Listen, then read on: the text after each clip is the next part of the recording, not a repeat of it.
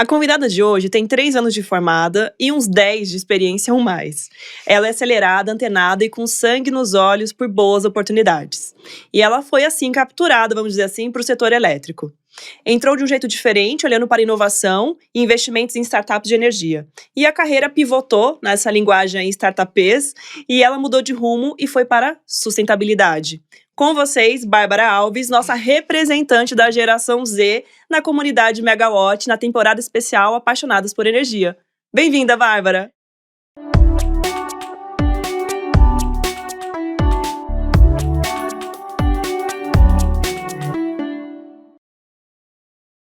Muito obrigada. Gostou da abertura? Adorei, nossa, nem eu sei me descrever bem assim. Você acabou, não foi proposital chamar por idade, que a gente conversou bastante isso na preparação, né, para esse podcast. Só que tem muita história para contar em pouco tempo. Tenho, vamos ver, né, como que eu vou me sair hoje. Qual que você tá, qual que é a sua responsabilidade hoje, como você tá focada hoje, para depois a gente voltar um pouco. Perfeito. Então, hoje eu estou, né, como especialista de sustentabilidade na 2W Ecobank, muito feliz de estar trabalhando, né, no setor de energia, ainda mais porque é um setor muito importante para uma transição, para uma economia de baixo carbono, né. Então, feliz de estar nessa vanguarda, pensando em soluções sustentáveis, vendo cadeias produtivas, como que a gente consegue ajudar nesse como que eu posso te dizer?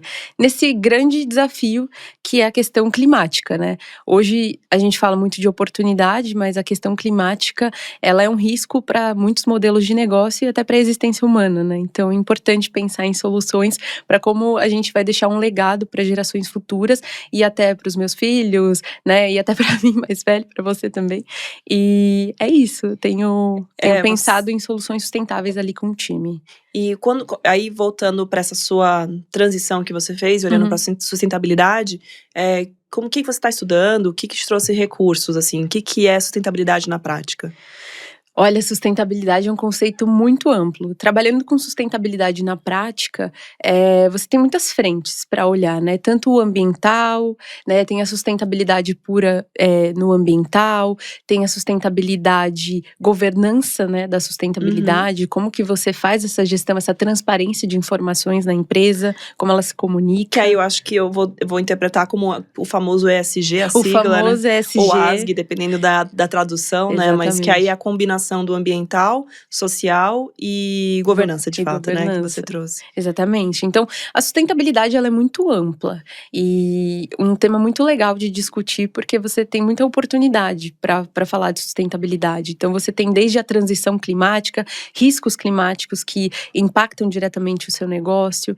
Então, se eu tô com uma crise de fornecimento de gás, como que isso, mesmo longe de mim, me complica na minha cadeia, né? Faz com que meus preços aumentem, faz com que eu não tenha mais insumo para oferecer. Então, como que isso aumenta ali no que a gente chama do conceito de valuation, a perpetuidade do meu negócio, né? Então, é importante, eu gosto muito e eu tenho me especializado agora, né? Comecei uma pós-graduação recentemente em sustentabilidade no tema, para de fato trazer uma massa e um corpo mais técnico para como vive a sustentabilidade, né? Então, tem surgido muitos profissionais de sustentabilidade, mas do que eles falam, o que eles fazem efetivamente, justamente pelo conceito ser bem amplo.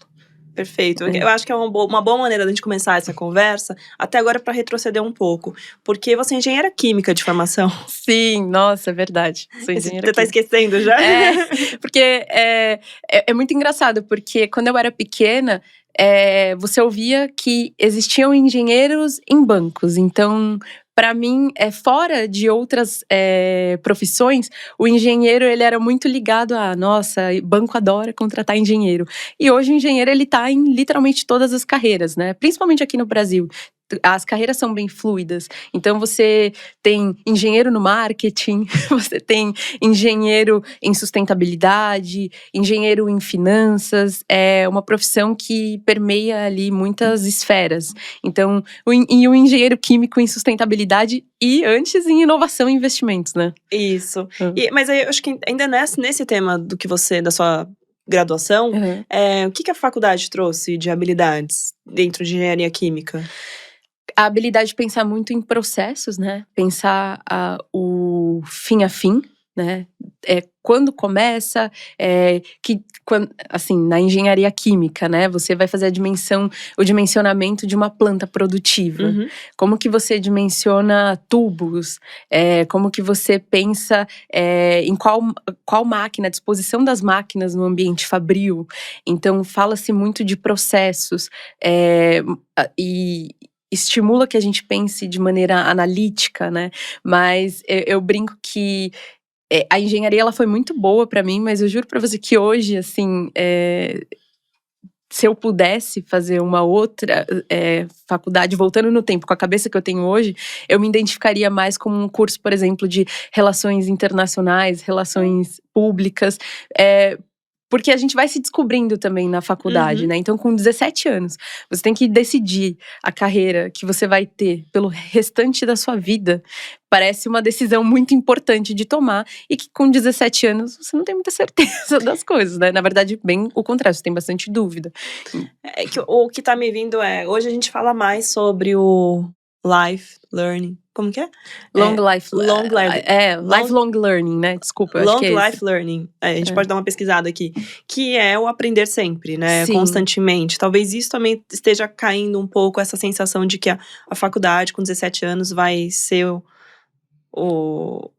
a decisão do resto da sua vida, né? Mas a gente ainda tá vivendo essa transição. Estamos, ainda mais para descobrir que nós somos seres multifacetados. A gente pode se dar bem em várias esferas. A gente não tem que escolher um conceito que vai definir a gente pelo resto da vida. Lifelong learning, tá certo? Lifelong learning. Não, é interessante. Mas a gente tende a trazer, sim, essa responsabilidade. Quando tem esse privilégio de poder estudar e escolher uma faculdade com essa idade, a gente tende a fazer isso muito. É difícil falar, acho que para um jovem que tá tudo bem, né? Que vai decidir agora e depois pode mudar. Você não tá perdido, tá tudo bem. Você pode fazer 2, 3 faculdades. E aquela primeira faculdade que você fez não se identificou tanto, ela super vai te ajudar tanto no seu desafio profissional, quanto numa segunda graduação ou pós-graduação, especialização que você for fazer, né? Sabe uma matéria que eu fiz? Eu fiz administração de empresas, que aí, quando não era porque eu tava em dúvida. Às vezes as pessoas acham que pode ser, mas pra alguma parte, né? Mas tem gente que eu escolhi porque eu achava sempre achei muito legal o conceito de empresas, de gestão de empresas mesmo. Mas uma matéria que eu demorei muito para utilizar foi negociação. E acho que a negociação eu utilizei mais ainda, assim, desses conceitos de faculdade, que às vezes demora pra gente resgatar, né?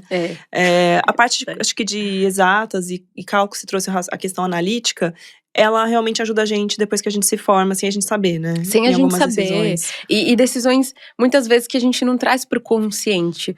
Mas você vê toda a estrutura de pensamento que você tá utilizando pra tomar uma decisão, você fala, Eu tive uma metodologia, eu aprendi isso na faculdade, né? Então, toda essa estruturação para uma decisão, quais pontos ponderar, né? Por exemplo, na engenharia química, você está ali diante de uma equação. Qual ponto você considera? Qual cenário? Você tem que dimensionar cenários. No pior cenário, o que acontece? Eu preciso dimensionar, eu preciso tentar estruturar como que seria. Então, isso com certeza a engenharia química me trouxe muito forte. E antes mesmo da engenharia química, eu fiz um técnico em química. Ah, é? Isso eu não sabia. Eu comecei com 14 anos, aí eu terminei perto dos 17.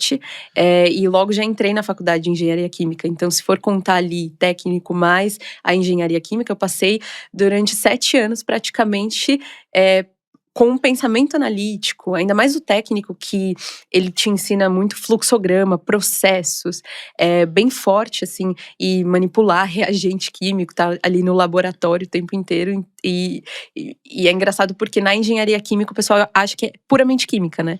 E tem muito mais física, porque você tá dimensionando processos. A engenharia química trabalha a transformação da matéria. Como que eu pego aquele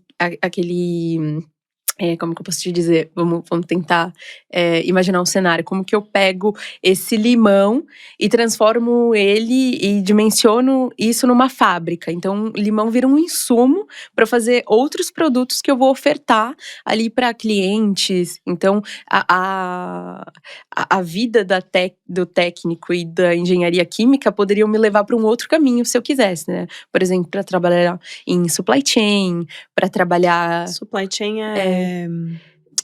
se a gente fosse traduzir, é toda é olhar de Toda a cadeia. cadeia de valor, de né? valor. Na indústria, por exemplo. Não à toa eu comecei a minha carreira na indústria, né? Que foi no seu estágio. Foi. Eu comecei, na verdade, como aprendiz na Hecht Benckiser, que É um nome tão difícil de falar muito esse, né? Mas a gente difícil. compra RB. bastante no supermercado, né? Compramos e o pessoal nem tem ideia, né? Mas você tem ali vários produtos, por exemplo. Fala de novo o nome, por favor. Hecht Benckiser. Se bem que eu acho que agora eles estão chamando só de Hecht. Hecht, né? Deve ter que passado por uma remodelagem ali, né, no Mas nome. nada mais é do que… O que a gente compra no supermercado? Bens de consumo, pessoal. Vanish, SBP. O Vanish deles? O SBP eu sabia. Mas o Vanish eu não sabia. E você olha ali toda… É muito químico, é verdade, os produtos deles. Muito químico. Vamos ver aqui, quais são os lançamentos Eles não estão pagando isso, mas eu adoro… Hecht patrocina a gente foi conversar. A gente é super curiosa, né? Então vamos dar uma olhadinha aqui. Mas eu não sabia. Então você foi jovem aprendiz na parte de escritório, parte do… Na engenharia. Na melhoria contínua. E depois eu consegui um estágio na Hecht na área de laboratório. Olha só, o Veja é deles. O Veja, Veja, Vit, SBP, que esse eu sabia. Muito legal. Lysol a gente usou demais nos últimos 3 anos, que é de desinfetante. É interessante. Tem Destaque, Poliflor. Repelex, tem muita coisa. Tem. Polifor também uso. Tá. Lustrar um móvel ali. E, bom, e é Hecht mesmo. Tem razão, já fizeram um rebranding aqui. E aí, voltando, então, você começou como jovem aprendiz, que tem características específicas, né? Tem. O trabalho do jovem aprendiz. Então, eu comecei na Hecht como aprendiz, mas eu logo consegui uma vaga de estágio ali dentro, né? Porque quando você tá na faculdade, seu sonho é ser estagiário, preciso ser estagiário, ainda numa multinacional, né? E eu fiquei ali, se eu não me engano, 1 ano trabalhando… Tanto eu entrei na engenharia, mas logo eu migrei para a área de laboratório. Então, eu fazia análise de medicamento. Juro. OTC, né? Que são aqueles medicamentos sem prescrição médica. Análise de… Como que é o nome? Eu só sei o composto ativo, simeticona, que é Luftal. Fazia análise de Luftal, análise de Strepsils, a bala, lavava muita vidraria, né? Olha que legal! Como estagiária. Mas eu sempre entendi que, assim, às vezes saber o que a gente quer é um grande desafio. Mas dentro do processo de saber o que você quer, é importante você saber o que você não quer também. Porque você tem todo esse espectro.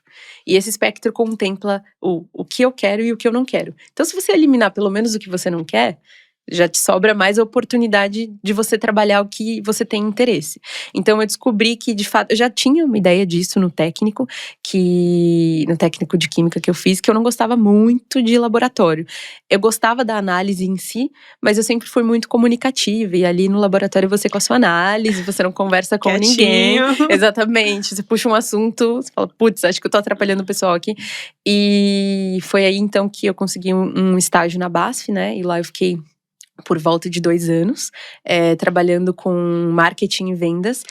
Nossa, aí foi uma mudança. Aí foi muita mudança, mas foi uma coisa engraçada também, porque ali que eu vi exatamente todos os engenheiros, né? Porque toda a equipe era engenheiro mecânico, engenheiro químico, tinha muito engenheiro químico na BASF e uma multinacional alemã, então foi o estágio dos sonhos, né? Para quem faz engenharia química sabe que a BASF é o estágio dos sonhos e é uma empresa que as pessoas permanecem, né, durante muitos anos, mas é muito difícil também ser efetivado lá. E eu trabalhei com catalisadores automotivos. Então, aquele catalisador que vai lá no seu carro e controla a emissão particulada para a atmosfera, né? Ajuda o seu carro a se tornar um pouco mais sustentável, né? Foi um pé na sustentabilidade. Foi o primeiro pé na sustentabilidade. E, de fato, ali eu conheci muito do mundo da sustentabilidade. E comecei a me tocar aos poucos ali no que tange o processo sustentável como um todo. Então, como que uma empresa como a BASF gigantesca, um transatlântico, pensa em sustentabilidade, né? Então, como que você pensa em sustentabilidade numa marca de tintas? Porque a BASF é dona da Souvenir, né? Como que você faz todo esse processo, uma cadeia produtiva? E como vendia-se muito insumo, né? No caso, você tem o bem de consumo, mas a matéria-prima, quem que fabrica? Então, uma empresa como a BASF fabrica muita matéria-prima para todo tipo de produto. Então, tem BASF no batente de suspensão do seu veículo, por exemplo. Então, eu estava um pouco mais voltada para a cadeia produtiva, não no produto final em si, naquela entrega. Então foi muito bacana. Como que faz marketing? É um marketing às avessas esse, né? É um marketing, como se for para cadeia, né? É um marketing para cadeia, não é um marketing… mais do que B2B. É muito mais que B2B e é um marketing muito técnico. Você tem que explicar a função… O B2B que a gente tá falando aqui é o business to business, business to business. Porque normal, assim, até em energia a gente fala bastante B2B. Então, uma empresa vende para outra empresa e faz contratos ali, não para o consumidor final. Exato. Mas nesse caso, o catalisador e o marketing para essa indústria é muito específico. É um marketing diferente. Eu trabalhava mais olhando a parte de indicador de vendas, né? Então, projeção… inteligência comercial, inteligência de mercado. Exatamente, como que é a formação de preços. Então, aprendi muito sobre formação de preços, porque um catalisador automotivo, ele é formado por metais nobres, né? Platina, paládio, ródio. E aí, você vai descobrindo que existe como se fosse um trading daquilo, né? Tem um preço daquele metal que oscila por dia. Tem que travar a operação. Exatamente. Sabe uma coisa que eu fiquei pensando agora? Eu não tô defendendo um caminho ou outro, mas é fato que os carros elétricos estão vindo e vai ter uma proporção deles aumentando. Será que carro elétrico usa também? Acho que catalisador. Se eu não me engano, assim… Acho que não, porque não tem combustão. O carro puramente elétrico, acredito que não. Só o híbrido, né? Aí você tem um híbrido que tem 2 motores, tanto o elétrico quanto a combustão, né? Não, fui viajar aqui. Porque eu acho que a indústria também tem isso. Ela tem, por um bom tempo, algum produto específico que ela produz. Depois, ela tem que trabalhar a inovação para ir trocando. Para ir trocando. Como que você vai descontinuar essa linha de negócio? E nunca é em um ano, né? A gente tá falando de mais de 50 anos, E a transição, ela é muito gradativa, né? Você não tira algo logo de cara. Então em 2 anos que… né, numa escala histórica. 2 anos não é nada, né? É muito rápido. Então, tinha esses desafios da eletrificação de veículos, mas um país como o Brasil, que, querendo ou não, tá um pouco atrás ali na vanguarda da eletrificação de carros por N questões até regulatórias, você tem ali como que eu posso dizer? O carro, por exemplo, movido ele é flex ou ele é etanol, querendo ou não, foi uma tecnologia brasileira, né? Então, como que você cria uma tecnologia não só para filtrar emissões de um carro a gasolina, mas um carro flex. E antes de falar da eletrificação em si, né? Você vai falando da redução. Um carro flex, ele é muito mais… ele é muito inovador. Né? E eu adoro também o conceito para descarbonização de ações que a gente pode fazer para ir mitigando, para ir reduzindo ou tornando mais eficiente. Sim. E o etanol, na relação do combustível, já é mais eficiente. Sem dúvida. Na descarbonização. No própria gasolina já tem um percentual de etanol, né? Para reduzir a emissão. Então, quando você fala de toda essa questão de descarbonização, aí você entra em uma outra seara que é reduzir ou compensar, né? E aí é muito mais importante você repensar o seu processo produtivo para reduzir a sua pegada ambiental do que compensar eventualmente com créditos de carbono. Ele é importante, mas como uma medida paliativa. Mas quando você fala de repensar modelos de negócio, né? Como você ganha dinheiro sendo mais sustentável, você tem que repensar seu negócio de ponta a ponta. Interessante falar isso e que aí já começa, a gente volta já para a junção. Como eu cheguei aqui, né? Esses anos seus de carreira são muito conectando os pontos. Sim. Porque aí você começou, até me falou, e a BASF é um lugar muito difícil de… ser efetivado, né? efetivado. E aí você foi um momento ali, acho que para você mais difícil de…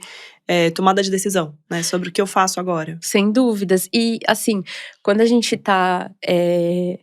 eu digo assim, nós somos estimulados a pensar de uma forma linear. Então, fiz técnico em química, tenho que terminar com a engenharia química. Vou trabalhar numa empresa química. Tá, ok, tudo isso está fazendo sentido. Mas eu já trabalhei na engenharia, eu já trabalhei no laboratório, eu já trabalhei em marketing e vendas, eu vou ficar pulando de carreira assim? Eu preciso seguir uma carreira. Então, bate aquele sentimento de frustração. Por que eu tô pulando de carreira? Mas quando você olha para trás, exatamente esse ponto que você comentou, Lari, você conecta. Ok, tudo isso me fez ser quem eu sou hoje. E eu não descartei nada daquelas coisas que eu aprendi e que quando eu estava exatamente naquele momento eu estava frustrada, porque e agora eu vou ter que mudar de novo minha carreira, se eu não conseguir um estágio, eu consegui um estágio em marketing e vendas. Como que eu consigo ser efetivada em marketing e vendas? Eu quero marketing e vendas? E se eu tiver que mudar? Como as pessoas vão olhar para mim e falar, nossa, ela não tem uma continuidade. E muito pelo contrário, justamente foi aprendendo que a vida não é nada linear. E a gente muda e tá tudo bem.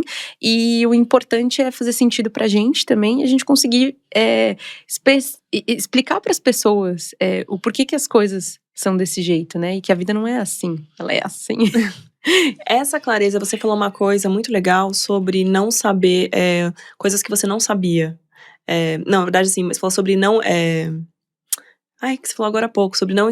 Do espectro, né? De coisas. Saber o que você não quer. É isso. Isso era claro pra você há alguns anos ou ficou mais agora? Não, ficou mais agora, com certeza. Com o passar dos anos. Você só foi tomando decisão ali, talvez pela intuição, alguma coisa assim. Aí agora você conseguiu organizar ela. É muito que a gente também conversou ontem, né? Na nossa conversa prévia. Que muitas vezes a gente tem ali que continuar trabalhando. Então, escolher carreira, ela entra quando você tá pagando a sua faculdade, tentando construir uma independência financeira, né? Amadurecendo, principalmente no seu início de carreira. É um certo privilégio você falar, não, eu só trabalho se for com marketing e vendas numa próxima empresa química. Fora isso, eu não trabalho. Que foi o movimento que me trouxe ao mercado de energia, né? Que ok, o modelo de negócios da empresa vai ficar meio que em segundo plano. Eu preciso de uma oportunidade. De uma oportunidade. Eu preciso mostrar que sim, eu sou esforçada, eu sou estudiosa, eu faço valer as oportunidades que são me dadas, mas não dá pra escolher muito, não. E é muito engraçado, porque foi exatamente esse movimento que me fez entrar no mercado de energia, né? E que talvez eu não tenha entrado conscientemente no mercado de energia, mas é uma escolha minha consciente hoje que eu quero permanecer. É uma brincadeira que a gente faz recorrentemente. É muito comum um profissional entra em energia, eu também entrei sem saber direito, mas aí você tem, por isso que a gente fala muito do Apaixonados por Energia na nossa caneca. E hoje a temporada de Apaixonadas, que são as convidadas dessa temporada, porque a gente não sai, né? A energia capta. Capta, ela o setor, envolve. né? Não tem rotina, tem mudanças o tempo inteiro. E o que você fez pra encontrar essa transição, pra essa vaga? Acho que até você me contou isso antes. Eu achei que foi, de novo, pra alguém que tá ali finalizando a faculdade. Não foi algo só ficar preenchendo vaga, assim. O que você fez? Com certeza. Quando eu tava nessa transição, eu falei, ok, eu hoje já sei um pouco mais o que eu gosto. Então, eu já sabia que eu era comunicativa, eu já sabia que eu gostava de modelo de negócios, eu sabia que eu estava ali no meu amor com a BASF acabando, né? Então, virou aquele amor platônico, porque eu já estava com dificuldade de conseguir uma vaga para ser efetivada, né? O que acontece muitas vezes com pessoas que estão no estágio e falam, putz, mas eu tô aqui tentando… Isso ainda é mais evidente, né? Não sei se a palavra é engessado, mas é mais muito claro, nítido, né? Pode, não pode, não é sobre gostar de você ou não gostar de você, né? Exato, é sobre a oportunidade, o cenário macroeconômico, você precisa abrir headcount, muitas vezes a BU, ela é internacional. O headcount é a vaga em si, né? A vaga em si. A posição, a cadeira, como a gente queira chamar. E a BU é a unidade de negócios, né? E tem ali o headcount, que é exatamente o que a Lari falou, que é o gestor ter aquela vaga para te oferecer e aprovar isso com aquela unidade de negócios, com o vice-presidente daquela área. Então, é um processo muito complicado, né? E naquela minha ânsia de continuar pagando as minhas contas, não depender da minha mãe para nada. No seguinte sentido, eu escolhi fazer a faculdade, preciso bancar esses custos, preciso ter a minha independência. Sempre foi muito assim. E nessa toada, eu já sabia o que eu gostaria de fazer mais. Então, que eu era comunicativa, que eu gostava de inovação, novos negócios. E na BASF tinha bastante esse movimento começando ali, de investimento em startups, de programas. E eu fiquei encantada com aquilo. Foi seu primeiro olhar sobre startups? Ainda foi na BASF? Ainda foi na BASF, lá em 2019, que eu conhecia mais startups do setor automotivo. Mas, eventualmente, alguma startup de realidade aumentada. Então, eu falei, nossa, que legal isso. E foi aí que surgiu a oportunidade de eu entrar no mercado de energia trabalhando com inovação aberta.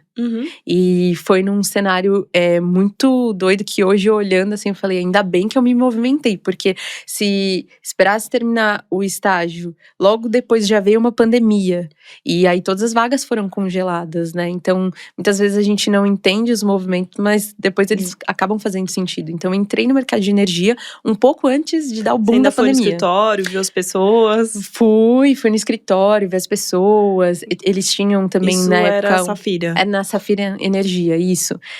Isso ainda tinha um hub de energia, um hub de startups, perdão, lá na Faria Lima, ali perto do Largo da Batata. Então, ainda recebi algumas startups ali. Foi nessa parte de realmente procurar vaga.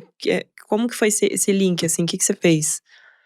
Bom, eu escolhi algumas empresas eu mapeei algumas empresas que eu gostaria de trabalhar e eventualmente sempre trocava muito com a minha mãe essa oportunidade de, putz, para onde eu vou, que tipo de empresa tem. Eu, na época de empresa de energia, já conhecia a CTG, por exemplo. Minha mãe uma vez tinha comentado comigo sobre ela, mas não tinha feito ainda exatamente essa ligação.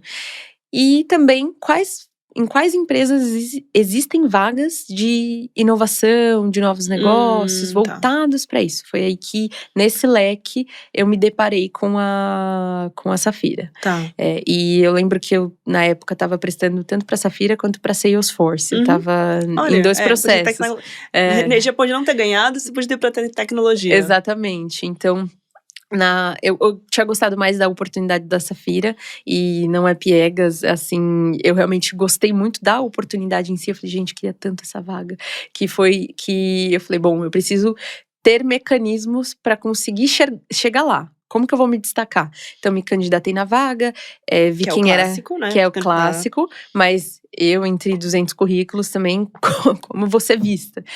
Foi aí que eu decidi entrar em contato com a recrutadora da vaga, eu mandei mensagem para ela. Pesquisar. Pesquisei ali, putz, quem é a pessoa que tá cuidando desse processo. Fiz as etapas, né, dinâmica, entrevista com o gestor, entrevista com a alta liderança, e no final deu tudo certo, né. E foi aí que eu comecei a falar, ok, que mercado é esse? Mercado livre de energia? Porque a priori, quando você fala mercado livre, vem outra coisa na cabeça para as pessoas, né? Principalmente quando você pensa ali na PF, eu trabalho no mercado livre. Aquele mercado livre, não, mercado livre de energia. Não é o de entrega. Entrega é outra coisa, mas não é energia, não são insumos.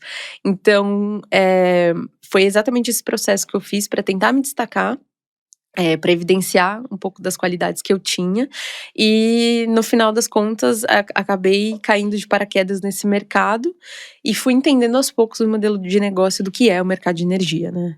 E quais habilidades? Aí agora a gente entra um pouco, você falou tinha um hub, você falou para receber as startups, Sim. Nesse conceito de energia. O que você, quando você vai aí sim, você vai deixar um pouco a química de lado, né? Exatamente. Você vai entrar mais no modelo de negócio, que você mencionou. O que te chamou a atenção nesse mundo de inovação e startups? Alguns fatores, assim. Eu posso começar pela questão da tecnologia, da inovação em si. Estava emergindo muitos empreendedores, né? E não só empreendedores, aqueles que as pessoas tendem a achar que empreendedor é uma pessoa de 20 anos, empreendedor de primeira viagem. Eu fui vendo outra coisa no mercado, que eram pessoas que saíam de empresas, às vezes como gerente, como diretor, e abriam seu próprio negócio. Então, pessoas que já tinham uma experiência técnica, uma robustez técnica atrás, de resolver um problema. Então, na época, eu já era uma consumidora assídua de um podcast chamado Like a Boss, né, do Rodrigo Dantas e do Paulo Silveira, que é o CEO da Vindi e da Alura, né? A Alura, aquela empresa de tecnologia. E podcast, quando não era eu vi a palavra em inglês também, mas quando não era mainstream, né? Quando o podcast não era o que é hoje, né? Exatamente, né? Eu nem tinha dado boom, né? O boom veio, de fato, na pandemia, né? Com as pessoas consumindo muito conteúdo online. Mas vou te dizer, eu acho que o boom veio ano passado com os cortes para Instagram. É verdade. Acho que aí sim eles chegaram. Eu acho também que o podcast da Casa da Mulher Abandonada também quebrou Ajudou bastante. barreiras e não sou grande. Eu estudo mais o podcast como um recurso de conteúdo, né? Uhum. Por causa da Megawatt. Mas quando as nossas mães começam a ouvir alguma coisa, não sei a sua, mas a minha, acho que a sua não, mas a minha é uma mãe ela fazia 80 anos esse ano. Então, quando minha Olha mãe se só. interessou pelo podcast da Mulher da Casa Abandonada, e ela foi compreender o que é um podcast. Uhum. Nesse caso, era quase uma radionovela. A radionovela. Aí a gente vê mesmo que de fato explodiu. permeou todas as realidades e gerações, né? Não, vou contar um segredo pra vocês. A minha mãe, ela vai fazer 46 anos. Ela é super nova. Ela Que é bem legal. nova. E então, por isso que, pelo que eu senti, ela é uma mentora pra você. Muito. Parece até clichê falar, né, que a mãe é uma mentora, mas no caso, como a minha mãe, ela me teve muito nova, também tinha aquela questão de, putz, agora eu tenho um filho, mas eu também tenho uma carreira, eu também quero ser alguém. Como que eu lido com essas duas coisas, né? E hoje ela tá aí muito bem, né? Ela tá no mercado financeiro também. E a gente troca muita experiência. Porque como alguém que é de compliance, né? Sempre me ajudou a ter esse rigor, a disciplina. Então aprendi muito que tem coisas que vêm com o tempo. Não adianta eu tentar ser imediatista.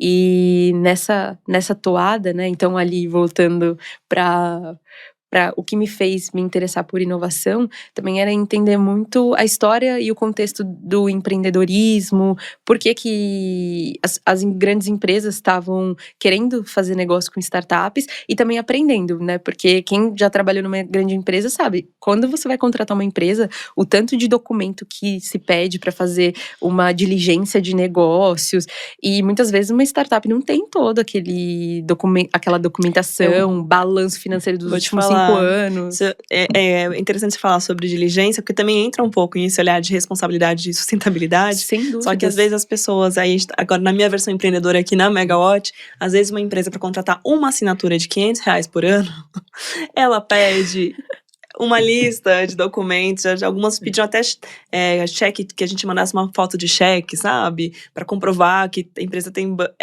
É muito. Aí a gente vai entrar num outro tema. Né? Já eu vou trazer sua mãe pra gente falar sobre comprar. Traz, por favor, ela é maravilhosa. Assim, acho que um pouco, assim, até onde tem que ir, não tem, assim, porque aí eu imagino o custo desse processo. Na verdade, a gente submete todos os documentos que a gente quer ao cliente. Exatamente. Mas, assim, qual o custo desse processo para uma conta de conteúdo anual, né? Exatamente. E assim, é necessário adaptar realidades, né? Então, foi muito do que as empresas grandes tiveram que aprender aquela famosa frase ali, o gigante dançando com a formiguinha. Então, não tem o balanço dos últimos anos, não tem o balanço auditado pelas Big Fours. Eu não tenho, acabei de nascer, eu nasci ontem, eu tenho isso aqui, ó, para te oferecer, serve? Então, houve-se um boom no mercado e como que eu também trago um pouco dessa responsabilidade? Esse empreendedor, ele é um encantador de serpentes? Porque ele pode me vender uma ideia maravilhosa. Como que ele me entrega isso no final do dia? Então, foi a oportunidade que eu tive para ingressar no mercado de energia, trabalhando muito com inovação em startups de energia. Então, quais eram os modelos de negócios de empresas que estavam surgindo? Startup de energy techs, clean techs, né? Até fintechs, né? Porque o mercado de energia tem muito conceito do mercado financeiro. Então, como que isso estava funcionando para aquele setor em específico. Então, eu fui aprendendo junto com o setor também. Não precisa expor o projeto, alguma coisa assim, mas teve alguma solução, alguma parte de tecnologia que te surpreendeu? Nossa, eu vi muita coisa diferente. Porque como a gente rodava os programas, né, e fazia seleção e entrevistas com pelo menos 30 startups, você conhecia muito modelo diferente. No que tange a energia, nossa, é até difícil falar, porque surgiu muita startup voltada para eficiência energética, né? Muita empresa para eficiência energética, muita startup tentando organizar um novo balcão. Então, tinham soluções parte de trading de energia. Na parte de trading de energia. Nada que me salte muito a cabeça, assim. Eu tenho, na verdade, a gente começou a abrir um leque depois de um tempo e vinha startups, a gente começou a ter um olhar de finanças, vinha startup de tudo que… então, de todas as maturidades. Também. Sim, e muito voltada para conceitos financeiros, porque naquela época também as fintechs estavam em ascensão. Sim. Né? Neobanks, o próprio Nubank era a sensação em 2020, tinha um boom da Nubank. E a gente pensar que ele era 2014, estava num outro estágio do que está hoje, não era pré-IPO isso, Não era, né? exatamente, muito antes. E no mercado de energia eu vi muita startup de eficiência energética. A gente teve a oportunidade de analisar alguns empreendedores logísticos também, né? Então tinha uma startup que fazia a gestão de combustíveis de grandes frotas, de transportadoras.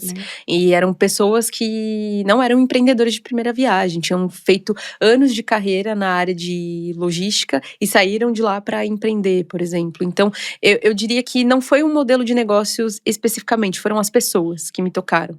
Porque o modelo de negócios, né, naquela palavra que você abriu o podcast, pivoto, né?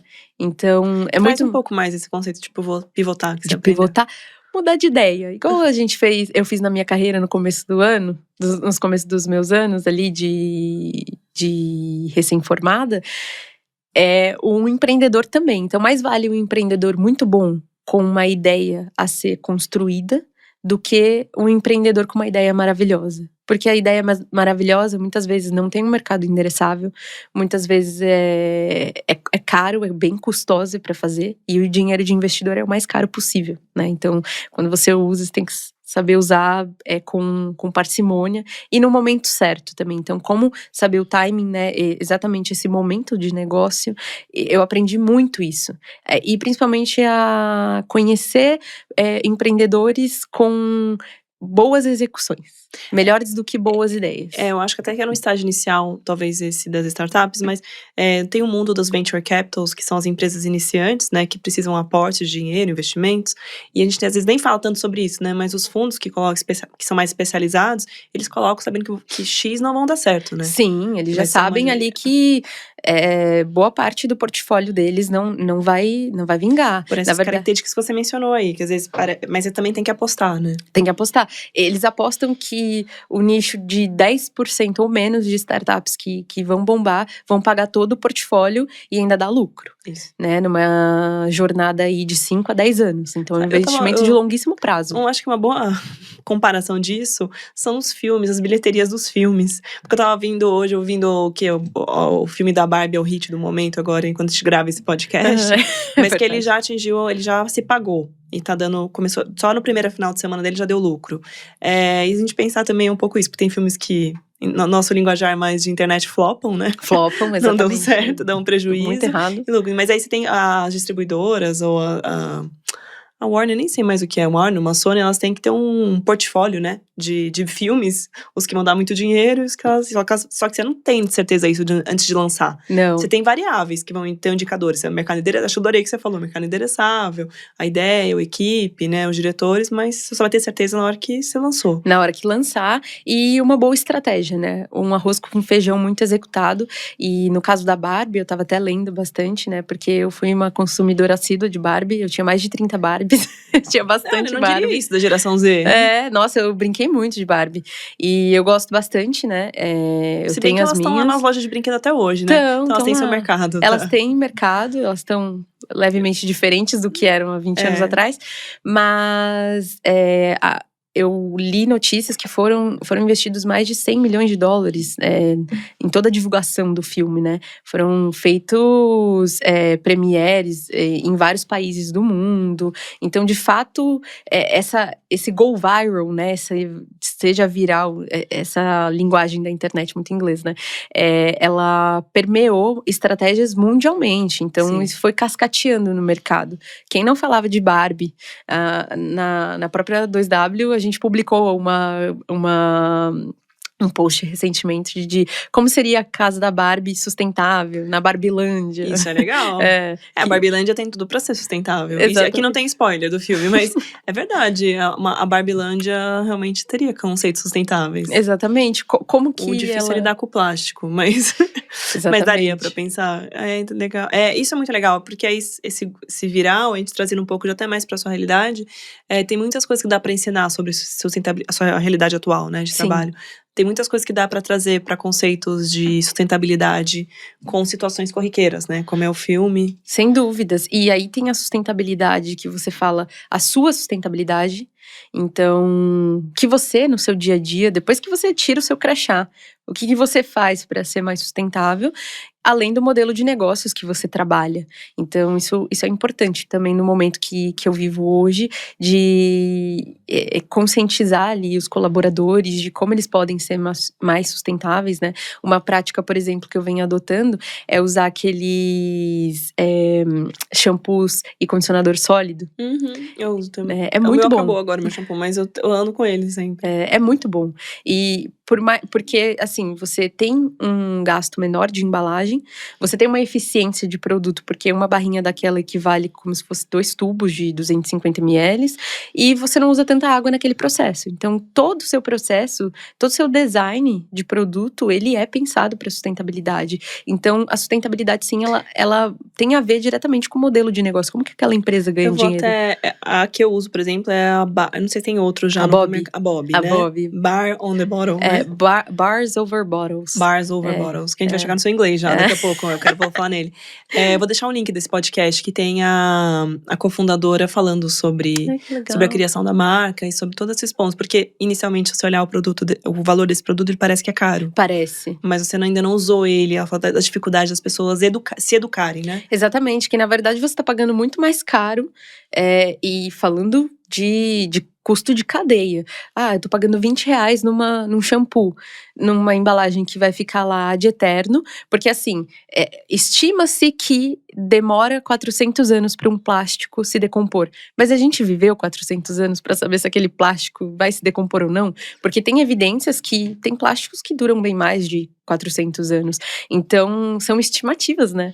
A gente não tem muita... a gente tem evidências, a gente tem a parte científica de que estuda esse ciclo de vida do plástico, mas a reciclagem dele é cara, dependendo do plástico, porque é tudo reciclado em toneladas. Quanto de resíduo você precisa para chegar em 1 tonelada? O isopor, por exemplo. Ele é reciclável, mas ele é reciclado, né? A gente vai aprendendo ali na sustentabilidade a entender, tudo bem, mas tudo que é reciclável é reciclado. Dá para reciclar?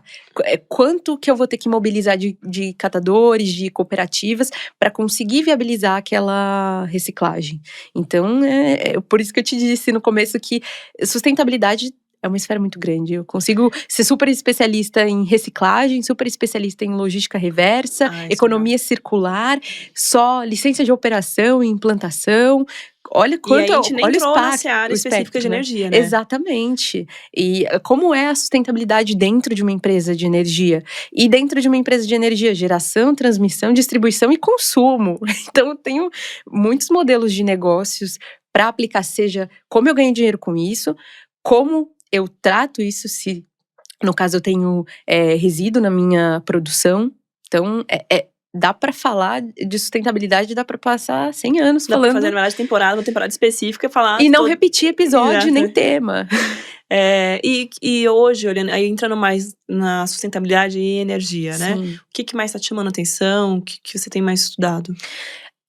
O plano de transição energética, ele passa muito por conceitos de sustentabilidade, né? Então, a Mari, que é minha gerente e uma grande inspiração para mim, de verdade, assim, também Mari? falo a Mariana Fieri, ela trabalha comigo, né? Na verdade, agora a gente tá estruturando a equipe de sustentabilidade certinho, mas ela é uma grande mentora para mim também, porque a Mari é muito especialista, ela já tem mais de 15 anos de experiência na área, e a gente comenta muito sobre como que é a sustentabilidade dentro de energia. Então, você tem a sustentabilidade corporativa, que permeia responsabilidade socioambiental. Então, nós que temos parques eólicos, você tem as comunidades do entorno. Isso tem me chamado muita atenção.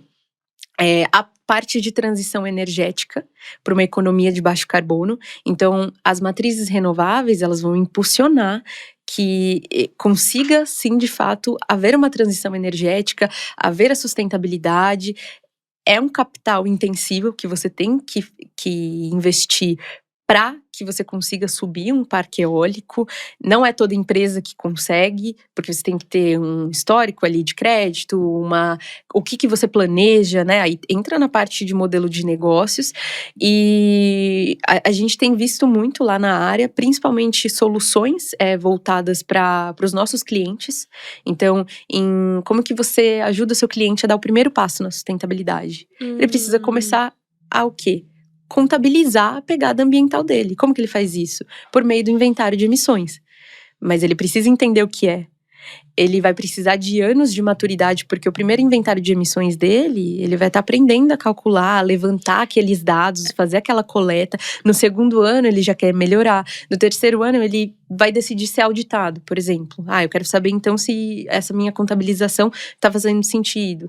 Depois, num outro ano, ele vai querer colocar lá no registro público de emissões qual a pegada ambiental e o que ele está fazendo para compensar ou reduzir. É muito legal você trazer com essa abordagem. Eu não sou especialista nessa área, porém já estive também numa grande empresa de energia que precisava ter justamente essa relação com os clientes. E eu tive que estudar um pouco sobre isso, até chegar no GHG protocolo, né, que a gente conversou ontem. E é mais metodologia do que, de fato, alguém vai na sua empresa e fica listando coisas, né? Exatamente. É um projeto mesmo de estimar, de olhar, e é muito sobre aprendizado. É muito legal o seu passado até de BASF, que é uma empresa que já vem com… As multinacionais já vêm já com muitos conceitos, já chegam aqui prontos, assim, até mandatórios. Exatamente. Mas a gente vê agora uma questão até das empresas brasileiras estudando, indo atrás para falar sobre o tema. Sem dúvidas. E o mercado de energia como um grande motor para fazer tudo isso acontecer, né?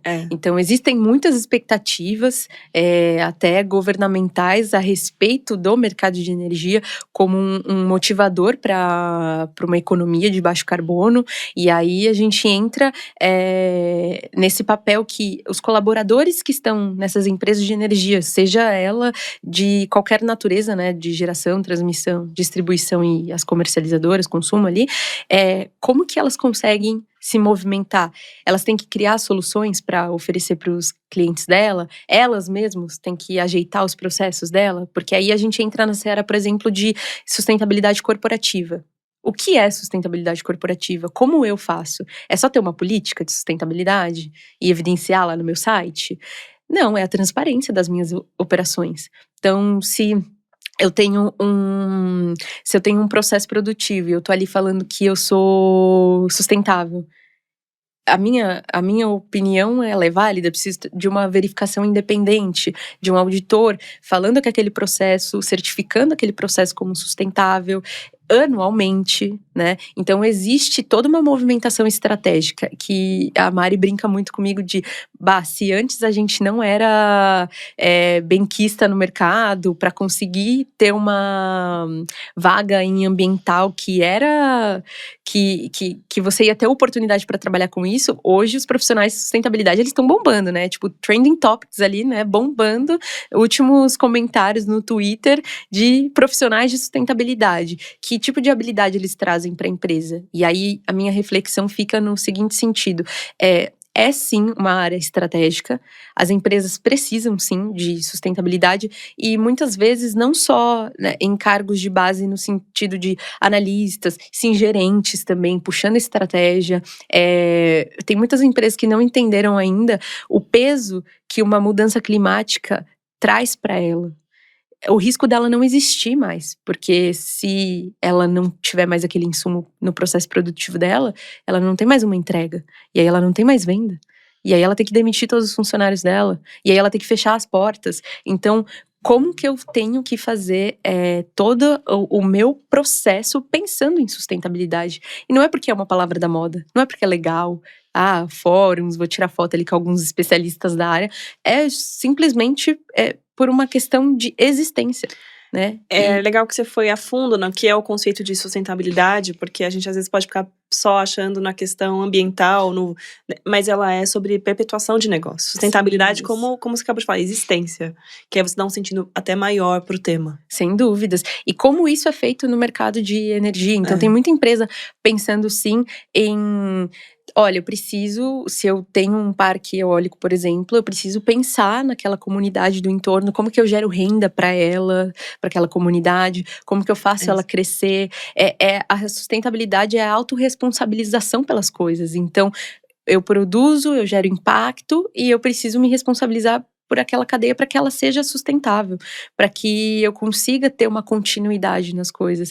Então, a gente viu por aí, né, várias empresas, e não vamos citar nomes, mas várias empresas que as pessoas conhecem, quem está nos assistindo, que ao existir causaram um dano imenso.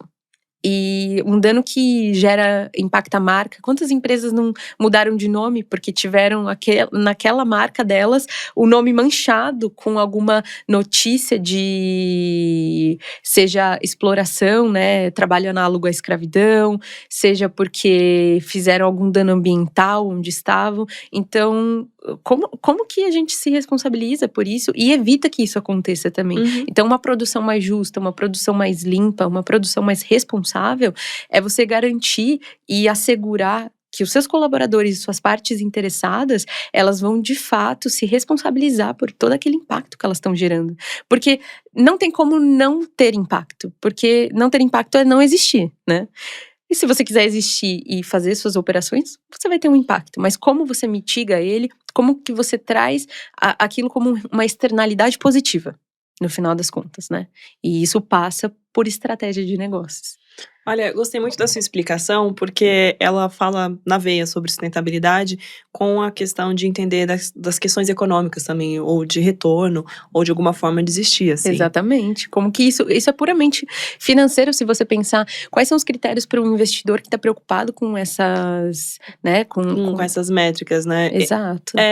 Você já leu o livro do Bill Gates, do Como Evitar um Desastre Climático? Não, Porque tudo que você traz tão bem organizado, a sua… Parece que eu li ele, a visão. Porque ele traz um mix disso, assim. Depois, na verdade, é ao contrário, eu te pedi alguma indicação, mas eu acho que cabe muito, né, nesse episódio, o Como Evitar um Desastre Climático, o livro do Bill Gates. Eu sempre falo sobre ele nas minhas redes sociais, mas ele é de 2021, eu acho. Eu vou ler. E ele não fala, ele fala também sobre o pilar de energia na descarbonização, sobre descarbonização, mas ele fala também sobre a cadeia produtiva, por isso que eu me conectei. Hoje a gente falou muito sobre também indústria, a responsabilidade das empresas na sua cadeia. Ele passa também, por exemplo, pelo concreto, não é o concreto em si, ai, gente, me deu branco, mas a gente usa também plástico nas nossas roupas. Sim, o microplástico, né? O petróleo, o resíduo. a gente tá tudo permeado aqui nessa cadeia produtiva, né? Sem dúvida. Então, acho legal que ele desmembra só 3 partes, assim, 3 insumos principais, porque a gente tratar da transição energética, a gente não resolveu o problema da descarbonização. Não. As outras cadeias também têm as suas partes, né? E combina muito com o que você falou hoje. Poxa, que legal, eu vou super ler. Eu te mando Me depois manda. o link, vou deixar o link também no descritivo do episódio. E aí, achei muito, muito legal, muito denso do que a gente conversou, e quando a gente olha hoje como você está construindo sua carreira, como você se enxerga daqui a 5 anos, ou quais ferramentas você quer desenvolver nesse período? Porque eu fiz questão da gente fazer uma conversa um pouco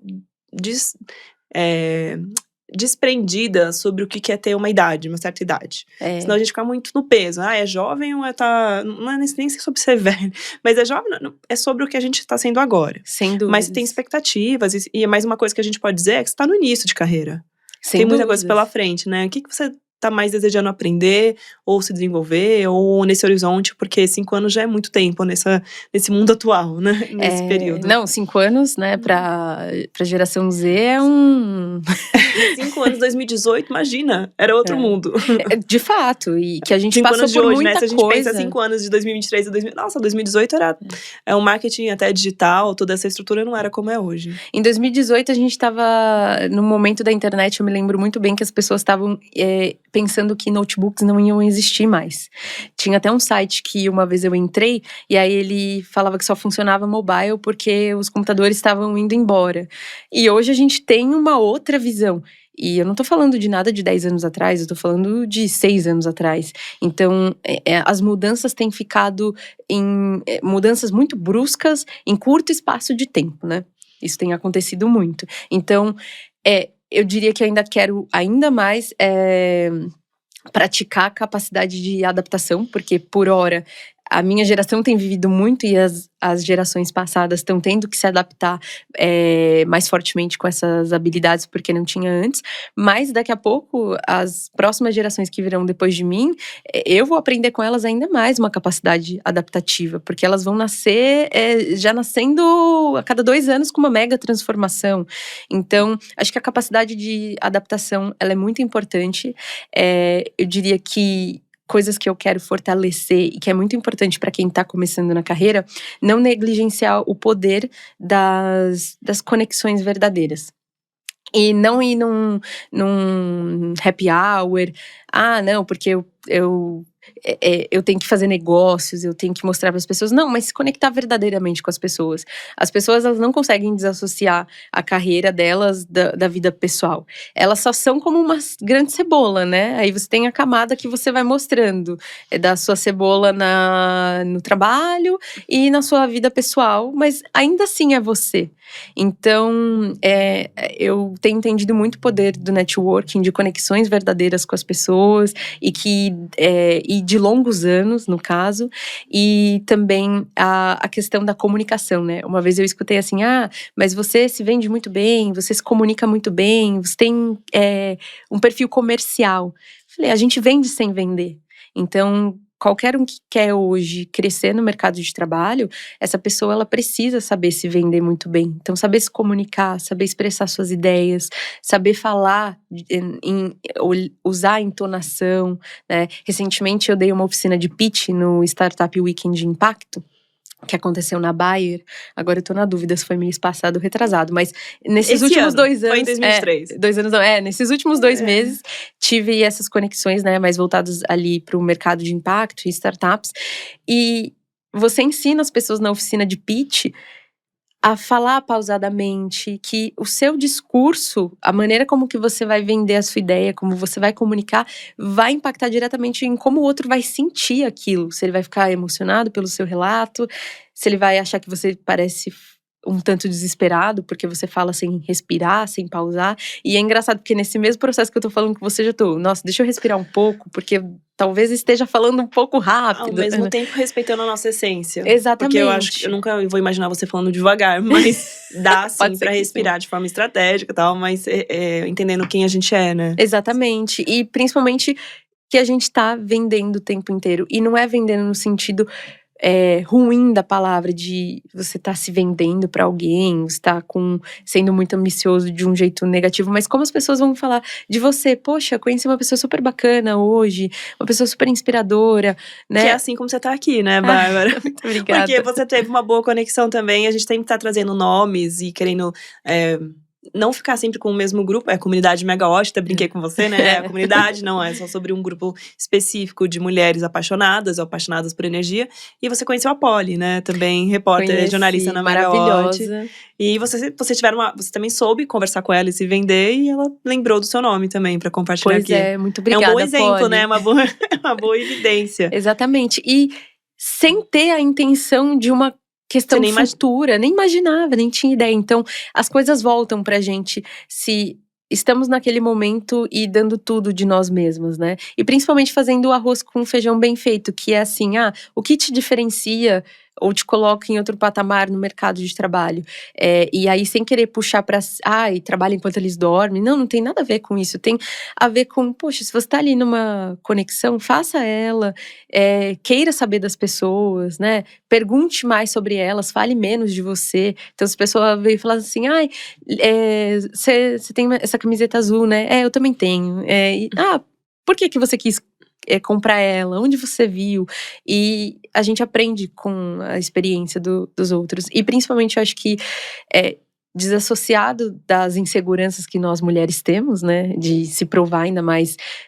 Eu posso falar por mim, né? Mas você é muito nova. É tão novinha, né? E tem esse sentido num sentido pejorativo, eu diria, né? Mas você nem deveria estar aqui no final das contas. Me parece que é um pouco disso, né? E poxa, que legal, mas o que te fez com 25 anos, né, com 38, o que te fez… Peraí, 37, eu 37, desculpa. Ai, Imagina, gente, errei pra eu cima. não tenho, Tinha que ter errado não pra tenho lá. errado, não tem problemas.